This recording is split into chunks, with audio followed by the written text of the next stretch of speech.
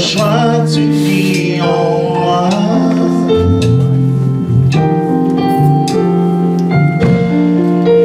Que le choix tu viens pour nous sauver.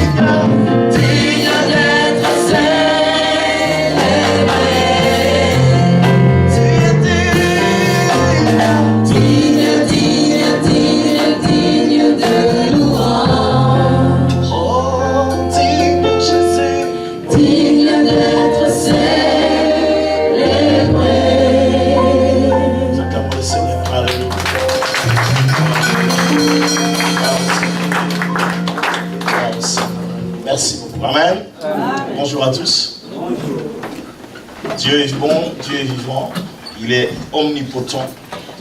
Et nous faisons le choix de cet homme. Alors, je suis béni parce que vous me bénissez. Amen. Amen. Voilà, gloire au Seigneur. Dis à quelqu'un que Dieu te bénisse.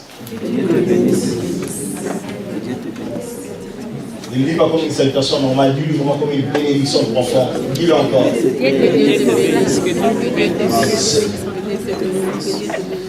Ruth, chapitre 2, verset 12.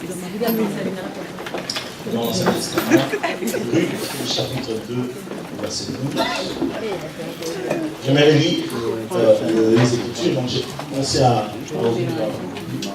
Félicitations donc à nos sœurs, hein, la sœur Charlène et la sœur Latifa pour le travail qu'elles font. C'est très bien, un très bon début. Alléluia. Amen. Et oui, je suis pour quelque chose parce que c'est le jour où j'avais décidé que les jeunes se mettent à... Il faut que les jeunes, les enfants, les jeunes gens prennent la relève. On n'a pas vu le batteur, c'est pas où il est parti. C'est le formateur qui a remplacé le batteur. Le jour du permis, normalement, ce n'est pas à l'inspecteur de conduire à la place de...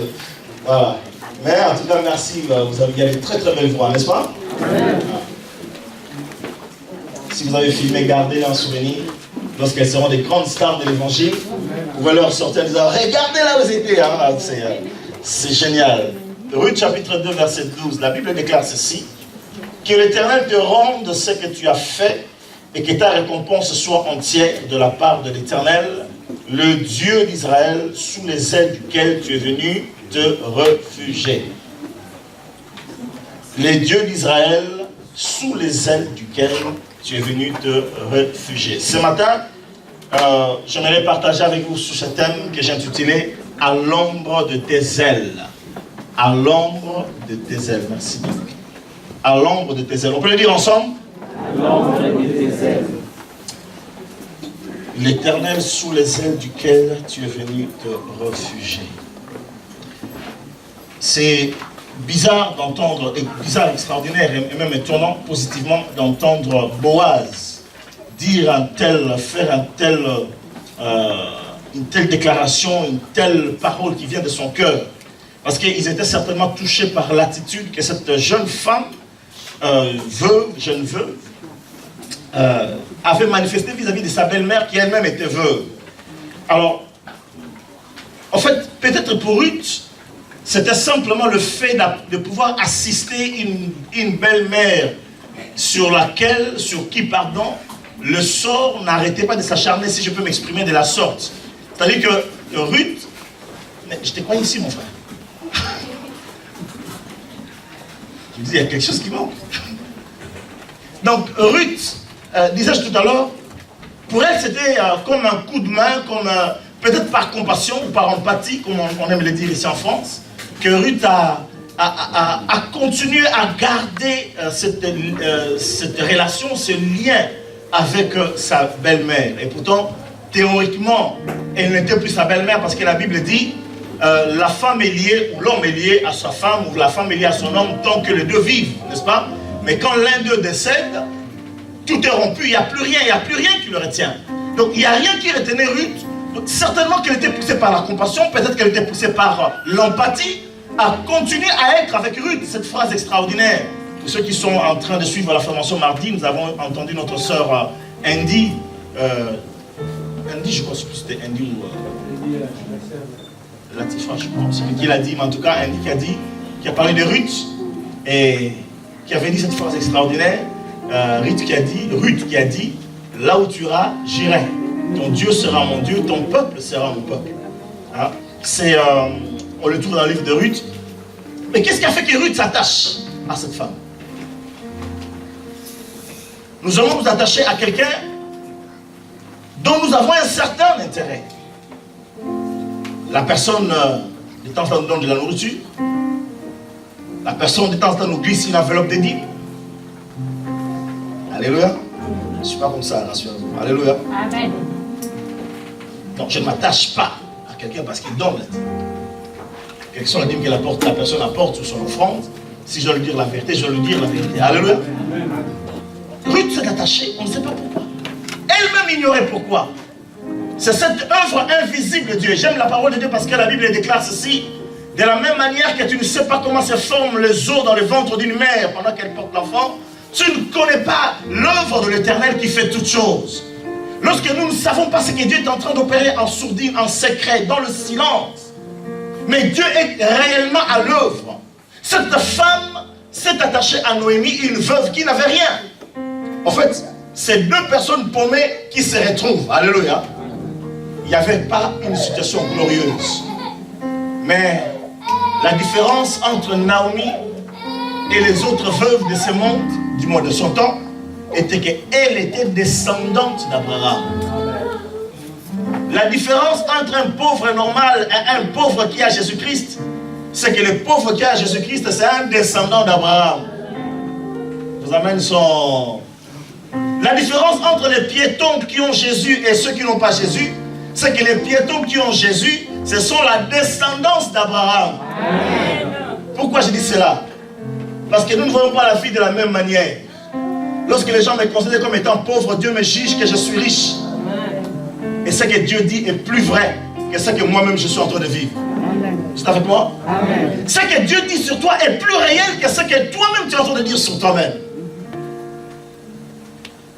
Sinon, nous ne serons pas en train de nous lamenter parce que Dieu a dit que les pauvres disent que je suis et les faibles disent que je suis. C'est ce que Dieu déclare. À l'ombre de tes ailes. Cette femme ne savait pas que Naomi avait des ailes qui étaient étalées sur elle. Et vous pouvez me dire, mais comment est-ce que les ailes de l'Éternel étaient sur elle? Néanmoins, elle a perdu son mari et elle a perdu ses enfants. Bien aimé, il y a des choses que ni moi, ni un docteur Bac plus 27 de la théologie ne pourra vous expliquer. Ça reste un mystère. Alléluia. Amen. Selon notre logique, on aimerait que les choses aillent comme nous on souhaite. Mais Dieu conduit les choses comme lui il pense, comme lui les désire. Il n'y aurait plus de blancs sur cette terre. Parce que les Noirs ne supportent pas les Blancs. Et les Chinois n'en parlons pas. Amen. Amen. Si le monde devait se faire d'après nos caprices, Hitler serait encore ici. Mais heureusement, il y a un Dieu qui conduit l'univers à sa manière. Ruth ne comprenait pas ces choses-là. Mais Dieu avait étalé ses ailes sur la vie de Naomi. Le Seigneur n'a pas permis que Naomi puisse mourir sans voir la main de l'Éternel. Je m'adresse à quelqu'un ce matin, quelle que soit la circonstance que tu traverses, j'aimerais te dire, si tu crois vraiment en Jésus, les ailes de l'Éternel se posent sur toi. Même si tu ne le sens pas, mais il est là, il a étalé ses ailes. Amen. Écoutez ce que la Bible déclare. En fait, quand on parle de ailes, on passe à un oiseau, peu importe lequel. Mais dans la Bible, il y a deux images que le Seigneur emploie. La plus forte que la Bible dit sur Dieu, c'est que Dieu se déclare et se définit comme étant un aigle. Dis à quelqu'un, Dieu est un aigle. Exode chapitre 19. Ça, j'aimerais que ma fille Louisa puisse lire pour moi. J'aimerais entendre ta voix. Tu vas te dire ce matin, qui est-ce qui m'a dit encore de venir avant ce matin? Non. Je ne savais pas qu'il allait me choisir. Son mari, on a qui lui cherche les versets. Exode chapitre 19, verset 4. Il va lire pour moi. Écoutez la parole de l'Éternel.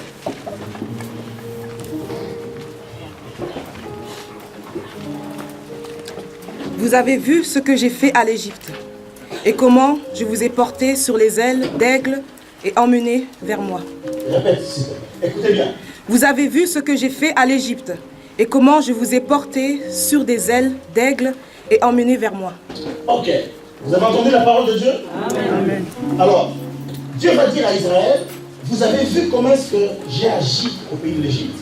Comment est-ce que je vous ai conduit sur les ailes d'aigle? En disant cela, Dieu se définit comme étant qui? Oh. En disant cela, Dieu se définit comme qui? Vous avez déjà vu un aigle? Je vous assure. Pas à la télé, hein? En vrai. Pas un épervier, mais un aigle. Alléluia. Il est impressionnant. Bon, pour ceux qui cela intéresse, c'est la période de vacances. Il y a une volerie d'aigles vers Célestat. Ah, vous pouvez aller observer. Pourquoi vous me regardez comme ça? Nous vivons en Europe. Nous avons du mal à aller dans les montagnes pour faire du ski. Bon, moi, ne me le demandez pas parce que là, j'ai déjà passé. Il y a une montagne de singes. Va voir les singes. Comme ça, moi, tu as une idée des singes. Et puis, il y a une volerie d'aigles. Alléluia. Ok, je suis en train de dire simplement que Dieu se définit comme étant un aigle. Et vous remarquerez que même les hommes les plus méchants, dans l'histoire, où les nations les plus méchantes ont comme emblème l'aigle.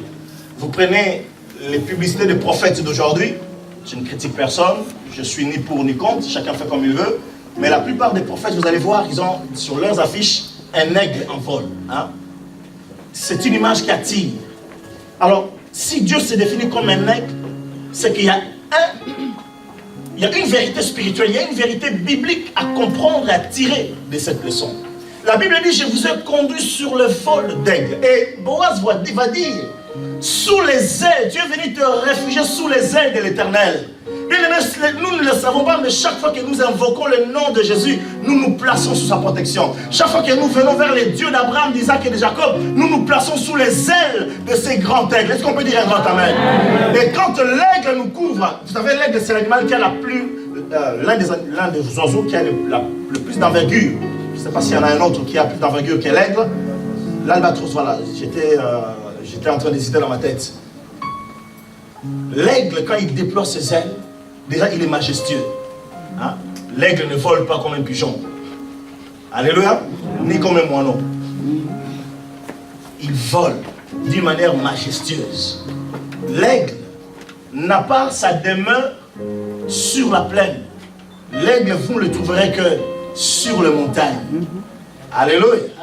Vous êtes avec moi là? Amen. Dieu va dire, je vous ai conduit sous un vol d'aigle. Donc il vous a amené avec lui. Alors, une autre question. Si Dieu est l'aigle, toi tu es qui? Hein? Ah, maman.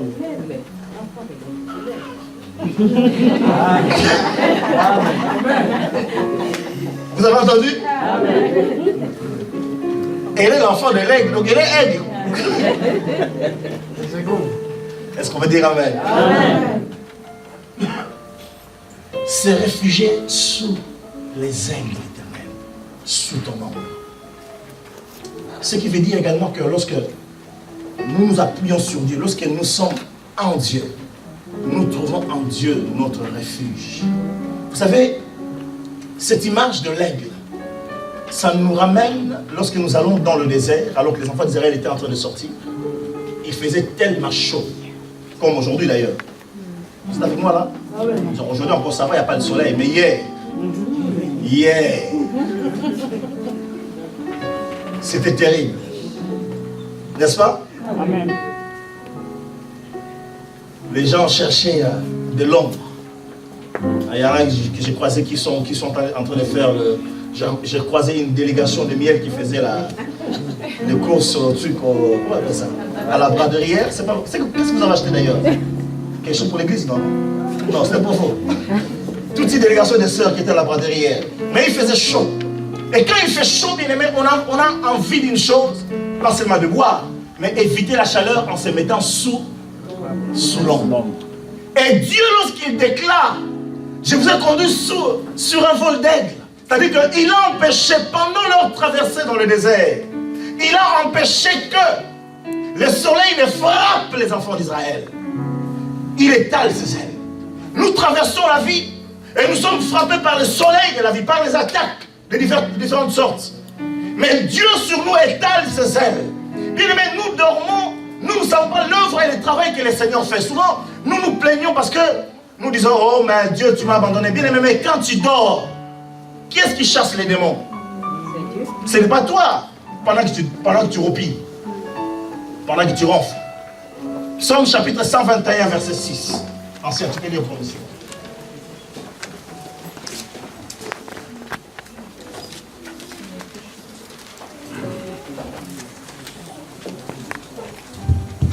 Psaume chapitre 121, le verset 6. Oui. Pendant le jour, le soleil ne te frappera point, ni la lune pendant la nuit. Parole du Seigneur. Répète encore, parce que je crois que le peuple n'a pas bien compris. Psaume chapitre 121, le verset 6. Pendant le jour, le soleil ne te frappera point, ni la lune pendant la nuit. Alléluia. Amen. Pendant le jour, le soleil ne te frappera point. Pourquoi? Parce que lui, le grand aigle, a étalé ses ailes sur toi. Dis à quelqu'un, Dieu est mon grand aigle. Il a étalé ses ailes sur moi. Donc, un, il est mon refuge. Et deux, bien-aimé, il te rafraîchit. Dis à quelqu'un, Dieu c'est lui qui rafraîchit. Vous savez, c'est comme un ventilateur, mais mieux. C'est comme un climatiseur. Alléluia. On est bien, n'est-ce pas? Quand on est dans un endroit où il y a l'air climatisé. Hier, j'ai vu des personnes travailler. Ils ont transpiré du matin jusqu'au soir. Je dis, waouh. Il faut qu'il y ait la climatisation là où ils travaillent. Mais je dis non. Mais quand il y a la climatisation, on n'aura pas besoin d'éventail. Hein? Je vous vois en train de ventiler l'air. Mais l'air reste chaud, hein, n'est-ce pas? Mais s'il y a quelqu'un qui vous couvre de son ombre, même l'air est rafraîchi. Est-ce que vous me suivez?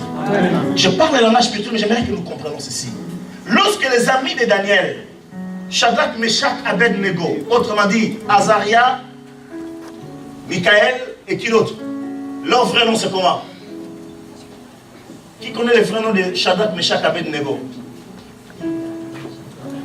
Ah. Le cœur abattu.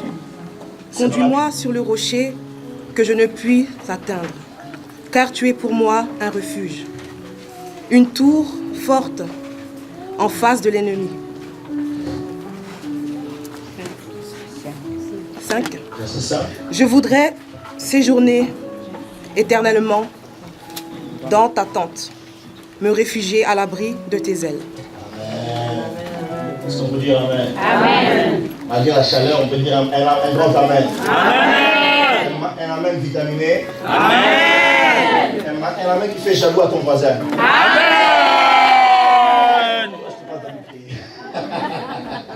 Est-ce qu'on peut dire un grand Amen? Amen. La Bible dit, conduis-moi du bout de la terre, je crie. En fait, David, à un moment, est arrivé, il n'arrivait plus. Et il va dire, du bout de la terre, je crie vers toi, conduis-moi sur le rocher que je ne puis atteindre par moi-même. Quel est le rocher que tu aimerais atteindre? Ce rocher s'appelle comment? Le travail? Ce rocher s'appelle comment? La sainteté? Ce rocher s'appelle comment? La réussite dans les études? Quel est ce rocher vers lequel tu es en train d'espérer atteindre? La Bible dit, puisque tu ne peux pas l'atteindre par toi-même, alors crie à l'Éternel, le grand aigle va venir et il te prendra. Bien-aimé, j'ai observé l'aigle quand il descend en plein vol et qu'il s'accapare d'une proie. Vous savez que l'aigle est le seul oiseau à ma connaissance, peut-être il y en a d'autres. Tout le monde craint le serpent, n'est-ce pas? Venimeux ou pas venimeux. Mais l'aigle, lui, que le serpent soit venimeux ou pas venimeux, ce n'est pas son problème. L'aigle fait du serpent sa nourriture préférée. Alléluia. Donc si tu es de la race de l'aigle, tu vas faire des serpents de ta vie ta véritable nourriture. Amen. Je m'adresse à quelqu'un. Je veux dire à quelqu'un que si tu es sous les ailes de l'Éternel, tu vas commencer à chercher les démons. Les démons, vous êtes où là? Parce que d'habitude, les gens chassent, ils sortent, fuient les démons, fuient les sorciers. Mais quand tu as compris que l'Éternel est ton refuge et tu es sous ses ailes, tu vas commencer à chercher. Ils sont où les sorciers? C'est eux qui commenceront à te fuir parce que tu es sous les ailes du grand aigle. Est-ce qu'on peut dire un grand amen? Amen. Dieu doit être ton refuge. Il doit te porter sur le rocher des âges pour atteindre un niveau élevé. Et il te rafraîchira. La deuxième image de Dieu comme oiseau ou comme un animal qui a des ailes, nous le trouvons dans Matthieu chapitre 23, ancien va lire pour nous, verset 37. Matthieu 23, verset 37.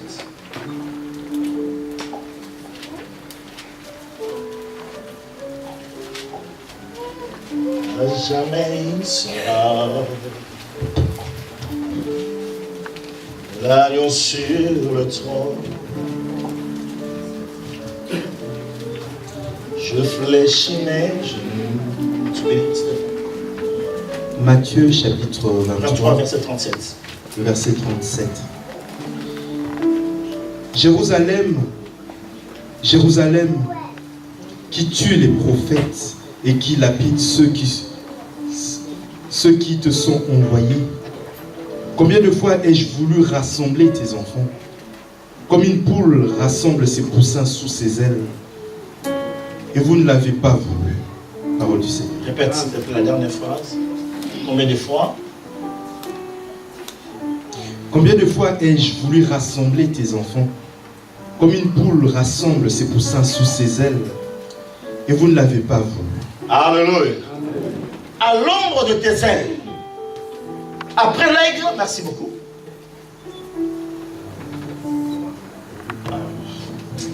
Cette histoire-là des micros. Bon, il faut qu'on trouve un autre micro, je crois. Amen. Amen. C'est bizarre, j'arrive pas aujourd'hui à me mettre ce truc. Alléluia. Merci beaucoup. Merci. Alors, je suis en train de dire ceci, la deuxième image que l'on voit de Jésus, de Dieu, pardon, par rapport à l'oiseau, c'est une poule. C'est bizarre. Hein? Parce que ça donne deux images complètement opposées. Parce que l'aigle, il mange bien les poules aussi. Hein? Ne vous en faites pas. Mais, mais ce qu'on remarque, en fait, ce que je voulais simplement tirer, c'est l'image. L'image. La Bible dit, combien de fois ai-je voulu rassembler tes enfants comme une poule rassemble le poussin? Quelqu'un a déjà fait un tour dans une basse-cour?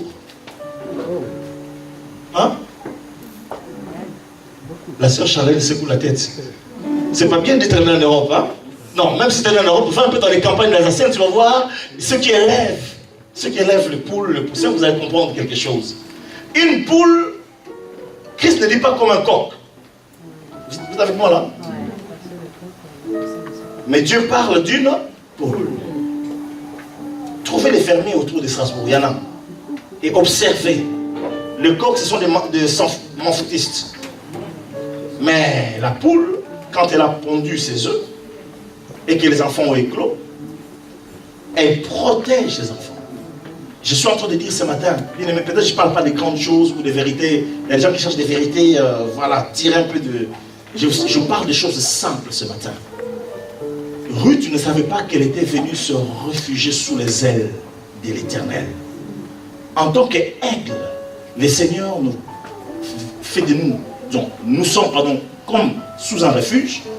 En tant qu'aigle, sous les ailes de l'aigle, nous sommes rafraîchis, afin que quand le soleil frappe, nous sommes protégés. Psaume 121, verset 6. Le soleil ne te frappera pas pendant le jour, ni la lune pendant la nuit.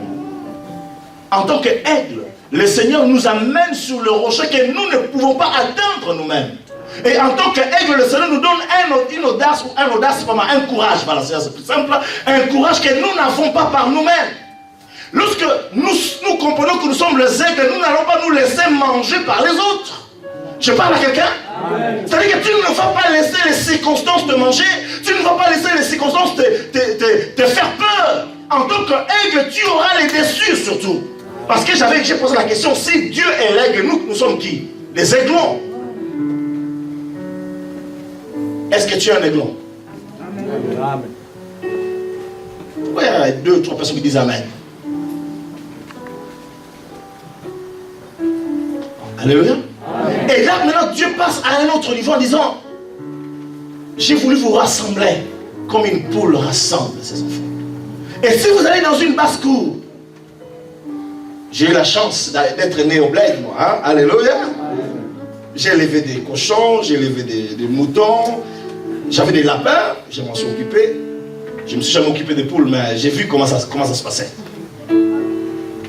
Essaye simplement d'aller prendre un poussin à une poule. Je m'adresse à quelqu'un? Amen. Dis à quelqu'un, essaye d'aller prendre un poussin à une poule. J'ai déjà essayé. Et pourtant, une poule n'a pas de griffes comme un lion. Mais tu vas t'en sortir avec une peau écorchée. Est-ce que je m'adresse à quelqu'un? Alors si nous nous plaçons sous les ailes de l'Éternel, nous sommes rassurés d'une protection. Dieu ne parle pas d'un coq mais d'une poule. Ce n'est pas quelqu'un qui s'en fout de ton avenir. Ce n'est pas quelqu'un qui s'en fout lorsque les gens t'attaquent. Mais c'est quelqu'un qui jalousement te garde. Oh, j'aime la parole de Dieu parce que l'apôtre Paul va dire, je vous chéris d'une manière, d'un amour. Complétez les mots. Et puisque Dieu va dire aux Hébreux, je suis un Dieu jaloux. Il est jaloux. Pourquoi? Il est jaloux de toi. Dis à quelqu'un, Dieu est jaloux de moi. Bon, pourvu que tu sois vraiment à Dieu. Hein. Dis-lui, dis à ton frère, pourvu que tu sois vraiment à Dieu. Parce que la poule ne protège pas les poussins qui ne sont pas elle. Mais quand ce sont ces poussins, tu touches, tu as un problème. C'est pour ça que la parole de Dieu déclare, celui qui vous touche à la prunelle des messieurs. Autrement dit, je vais dire ceci. Si nous nous plaçons sous les ailes de l'Éternel, que toi tu le saches ou que tu ne le saches pas, quand quelqu'un cherche à te nuire, le Seigneur déploie ses ailes. Et il sort son grand bec. Et la personne qui cherche à te toucher en aura pour son compte. Dis à quelqu'un, il en aura pour son compte. Est-ce que vous comprenez ce que je suis en train de dire? À l'ombre de tes ailes. J'aime bien être à l'ombre des ailes de l'Éternel. Parce que même si je suis déjà d'un certain âge, je suis encore pas vieux, hein, je suis encore jeune quand même. Hein. Avec des cheveux blancs, je suis quand même jeune. Alléluia. Et alléluia. Amen. Mais je sais que j'ai qu'un père qui prend soin de moi. J'ai des ailes qui me couvrent. Même quand les gens ne prient pas pour moi, mais je sais qu'il y en a un qui prie pour moi. Vous savez, l'avantage avec Jésus, parce que non seulement il est mort sur le croix pour nous, non seulement il a payé pour nous, mais la Bible dit, étant monté à la gloire, au lieu de s'asseoir, de commencer à jouir quand même de son honneur, la Bible dit, il est assis à la droite de Dieu et il fait quoi? Il intercède. Donc même quand moi je ne prie pas, Dieu est en train de prier pour moi. Même quand moi je ne le pense pas, Dieu est en train de penser pour moi. Est-ce que je m'adresse à quelqu'un? Je vais te dire ce matin, même quand toi tu ne penses pas à ta vie, il y a quelqu'un qui s'inquiète pour toi. Amen. Un pasteur un jour m'a dit, Il disait dans une prédication, tu sais mon frère, quand tu dors, toi tu ne sais pas si ton cœur bat ou il ne bat pas. Mais Dieu de temps en temps il vient et dit, est-ce que le cœur de mon fils bat? Ah, il bat. Il dit, Gabriel, ça va, on laisse ça tranquille. Il ne fait que dormir. Est-ce qu'on va clamer ce Dieu à la mer? Il regarde si le pouls de ton cœur bat. Il regarde si ta tension elle est bonne. Afin que le matin, en te réveillant, tu n'aies pas le vertige. Oh, c'est Dieu est bon. Dis avec Dieu est bon. Dieu est bon. Alors, Dieu t'invite ce matin à venir te placer sous ses ailes. Et puis, il commence à t'imaginer maintenant que tu es l'aigle. S'il y avait des serpents qui te menaçaient, commence à te préparer à dire, prépare une bonne sauce. La soupe au serpent. Il y a quelqu'un la soupe au serpent. Ça doit exister en Chine, ça. Alléluia. Oh, quoique. La soupe au serpent? Non, merci. Ça va, à la Réunion, il y a la soupe au serpent? Ah non. Ok.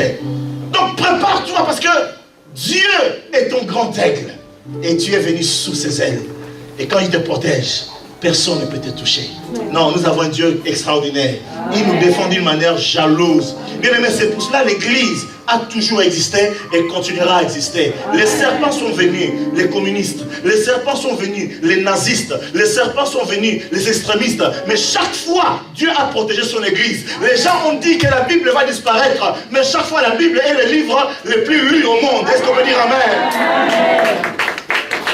Il y a des serpents qui ont un Dieu qui est mort, qui vont aller voir de temps en temps en période de... je ne sais pas vous le dire, mais ils ont voulu concurrencer la Bible.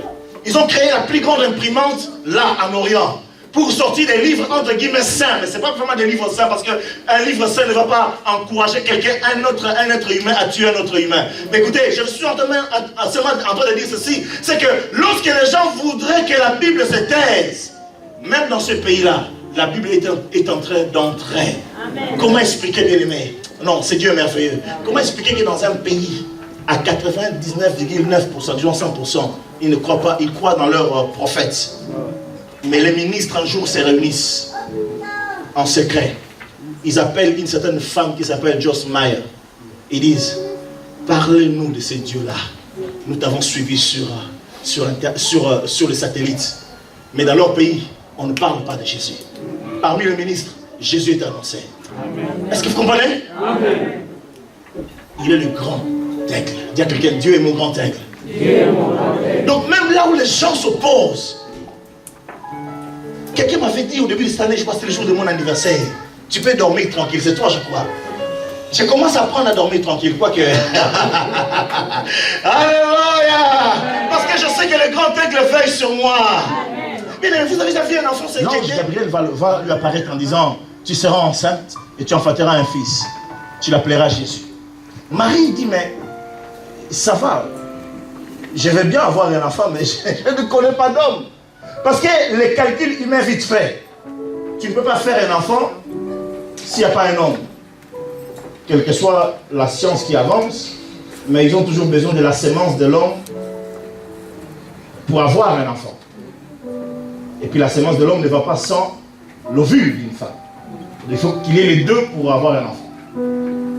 Marie va dire, mais comment cela va-t-il se faire? Et j'aime la réponse de Gabriel. Qu'est-ce que Gabriel va dire, mon frère? Le Saint-Esprit te couvrira de son ombre. Quand nous venons, nous nous plaçons sous l'ombre de l'Éternel. Nous nous plaçons sous les ailes de l'Éternel.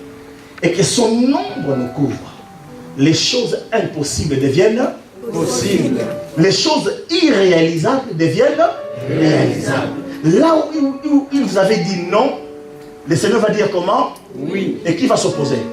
Personne. Vous êtes avec moi? Amen. On avait reçu un homme qui s'appelle Alidor. C'était au mois de juin de l'année dernière. On cherchait à voir la salle, on avait déjà visité plusieurs endroits. Et dans ces quartiers, la mairie avait dit que plus d'église parce qu'il y en avait assez. Ils ont délimité les trucs. Et lui nous avait dit une chose. Là où on vous dit non, Dieu est capable de dire, Dieu va changer les choses afin qu'on vous dise quoi? Oui. Et c'est ce qui est. Bien aimé, tu vas voir, on est allé voir le propriétaire. C'est le propriétaire qui nous dit ce que nous devons faire. Vous avez déjà vu ça, vous? Non. Et même il nous a donné un secret à ses propres détriments. Ça, nous gardons le secret pour nous. Alléluia. Amen. Donc lui, il ne sait pas. Mais je vous le dis quand même.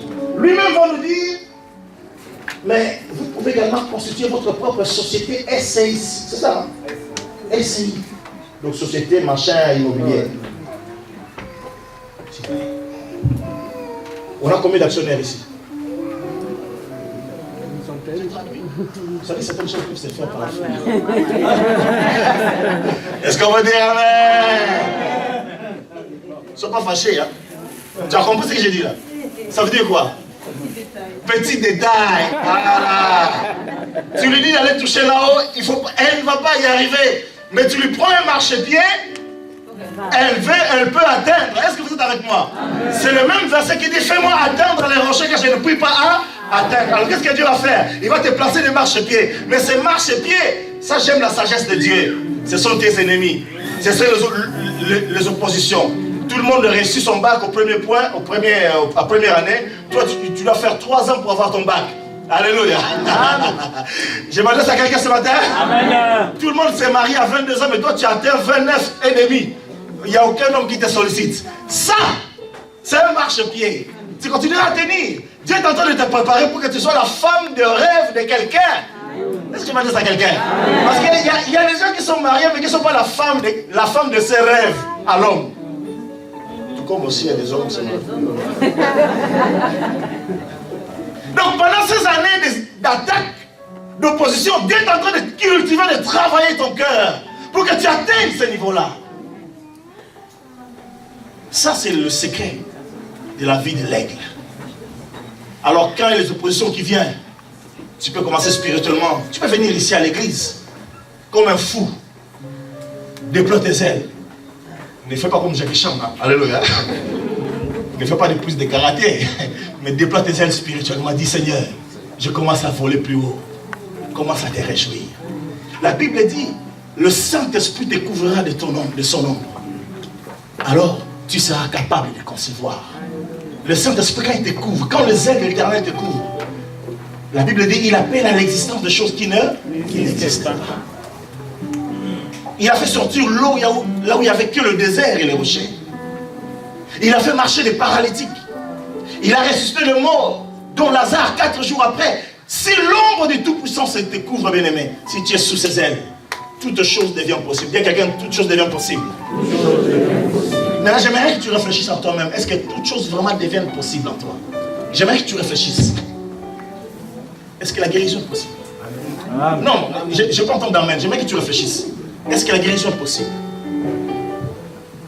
Est-ce que la délivrance est possible? Ce péché-là qui te ronge, dont tu aimerais te détacher, mais il revient. Et puis tu te dis, c'est plus fort que moi. Mais si tu es sous les ailes de l'Éternel, c'est possible que tu aies la victoire sur ce péché. C'est possible de voir de beaux jours. C'est possible. Puis un dernier verset. Je parle depuis 40 minutes. Notre frère va lire pour nous. Apocalypse 12, verset 14.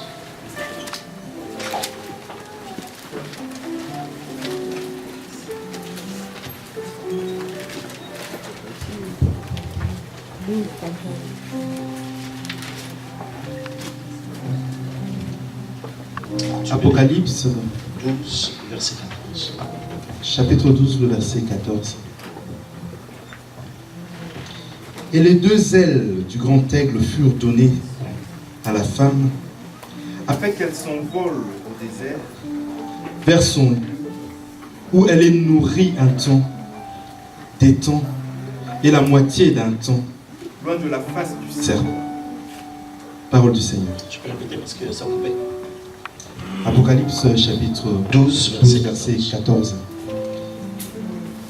Et les 2 ailes du grand aigle furent données à la femme, afin qu'elle s'envole au désert, vers son lieu, où elle est nourrie un temps, des temps, et la moitié d'un temps, loin de la face du serpent. Parole du Seigneur. Alléluia. Les 2 ailes du grand aigle furent donnés. Pour que la femme qui est le symbole de l'Église puisse s'envoler vers son lieu où elle est nourrie pendant un temps, des temps et la moitié des temps. Je ne vais pas rentrer dans l'explication de ce texte qui est apocalyptique, qui parle de la révélation des choses à venir. J'aimerais m'arrêter simplement en disant, la première chose, quand l'ombre de Tout-Puissant te couvre, tout devient possible. La deuxième chose, le Seigneur te donne, en tant qu'Église, de zèle pour t'envoler. Là où le serpent ne pourra t'atteindre, là où l'ennemi ne pourra pas toucher à ta vie. C'est ce que l'œuvre de l'Éternel fait. Lorsque nous faisons comme Ruth, nous venons demander refuge à l'Éternel. Alléluia. Amen. Lorsque nous venons demander refuge à l'Éternel, lorsque nous nous attachons à l'Éternel, il nous porte sous ses ailes. Nous sommes réfugiés chez lui, nous sommes rafraîchis par lui, il nous amène vers le sommet, il nous conduit et comme cette poule, il nous garde jalousement lorsque nous sommes à lui. Et après, nous pouvons vivre des choses extraordinaires. Que le Seigneur nous bénisse ensemble. Amen. Amen. Gloire au Seigneur.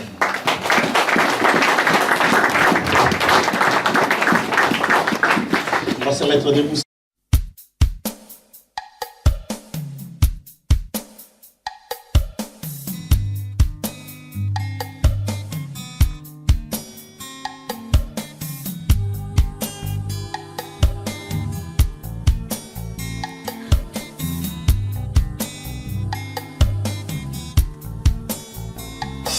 Dans le drame de l'abîme où se trament tous les cris, s'élève le chant des opprimés.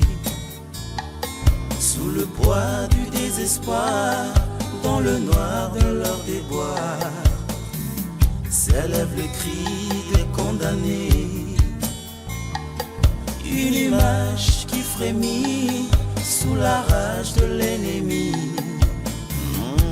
Rien de bon dans ce monde. Le Fils